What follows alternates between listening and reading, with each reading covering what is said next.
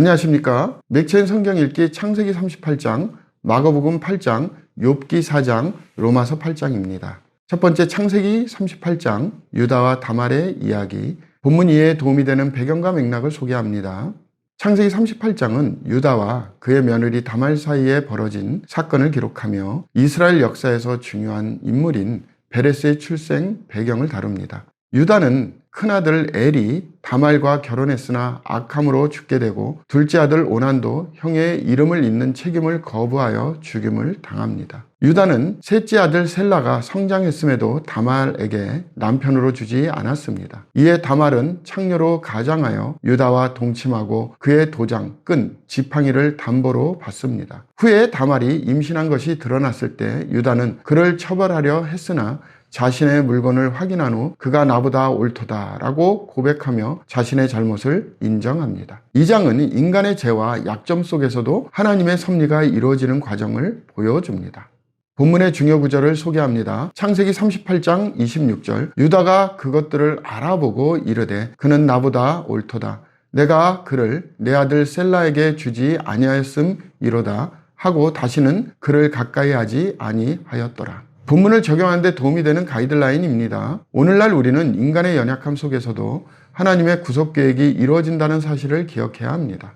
유다와 다말의 복잡한 이야기는 도덕적 실패 속에서도 하나님의 섭리가 작용하여 메시아의 계보가 이어졌음을 보여줍니다. 이는 우리가 실수와 실패를 경험하더라도 하나님께서 여전히 우리의 삶을 통해 일하시며 그분의 목적을 이루신다는 희망을 품게 합니다.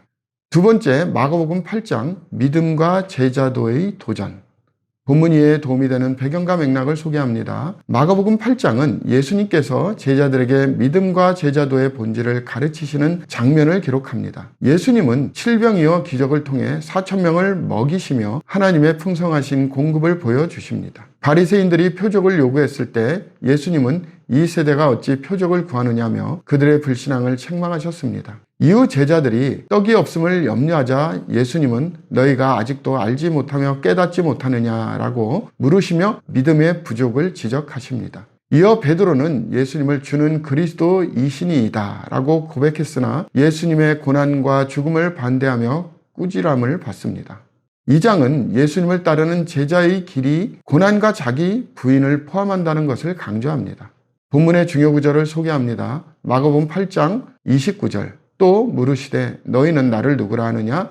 베드로가 대답하여 이르되 주는 그리스도시니이다 하며 본문을 적용하는 데 도움이 되는 가이드라인입니다. 오늘날 우리는 믿음의 여정에서 십자가를 지고 따르는 제자의 삶이 무엇을 의미하는지 깊이 깨달아야 합니다.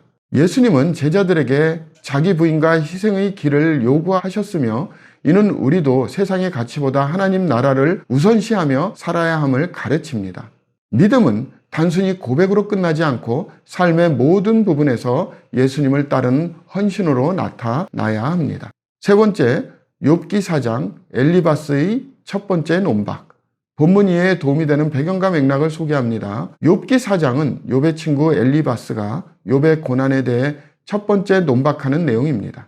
엘리바스는 욥이 이전에는 다른 사람들을 위로했지만 이제는 스스로 절망에 빠졌다고 말하며 내 경외함이 내 자랑이 아니냐, 내 소망이 내 온전한 길이 아니냐라고 질문합니다. 그는 생각하여 보라, 죄 없이 망한 자가 누구인가, 정직한 자의 끊어짐이 어디 있는가라며 고난의 원인을 욥의 죄로 간주합니다. 엘리바스는 고난이 하나님의 공의로운 징계이며 이를 통해 사람을 연단하신다고 주장합니다. 그러나 그의 논리는 욥의 상황에 적합하지 않으며 하나님의 섭리를 인간의 한계로 판단하는 잘못을 드러냅니다. 본문의 중요 구절을 소개합니다. 욥기 4장 7절에서 8절, 생각하여 보라, 죄 없이 망한 자가 누구인가, 정직한 자의 끊어짐이 어디 있는가, 내가 보건대 악을 밭갈고 독을 뿌리는 자는 그대로 거두나니.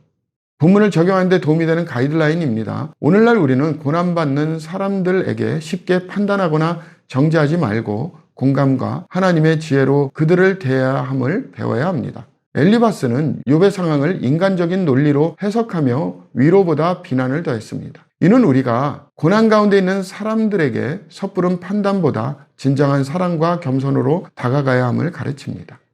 네 번째, 로마서 8장 성령 안에서의 자유와 확신. 본문 이해에 도움이 되는 배경과 맥락을 소개합니다. 로마서 8장은 성령을 통해 성도가 누리는 자유와 하나님의 사랑 안에서의 확신을 선포합니다. 바울은 그리스도 예수 안에 있는 자에게는 결코 정죄함이 없나니라고 선언하며 성령이 죄와 사망의 법에서 해방시킨 것을 강조합니다. 성령은 성도 안에서 역사하며 연약함을 도우시고 하나님의 자녀로서 확신을 주십니다. 바울은 또한 모든 것이 합력하여 선을 이루느니라는 말씀으로 하나님의 섭리를 찬양하며 우리를 사랑하시는 이로 말미암아 우리가 넉넉히 이기느니라고 고백합니다.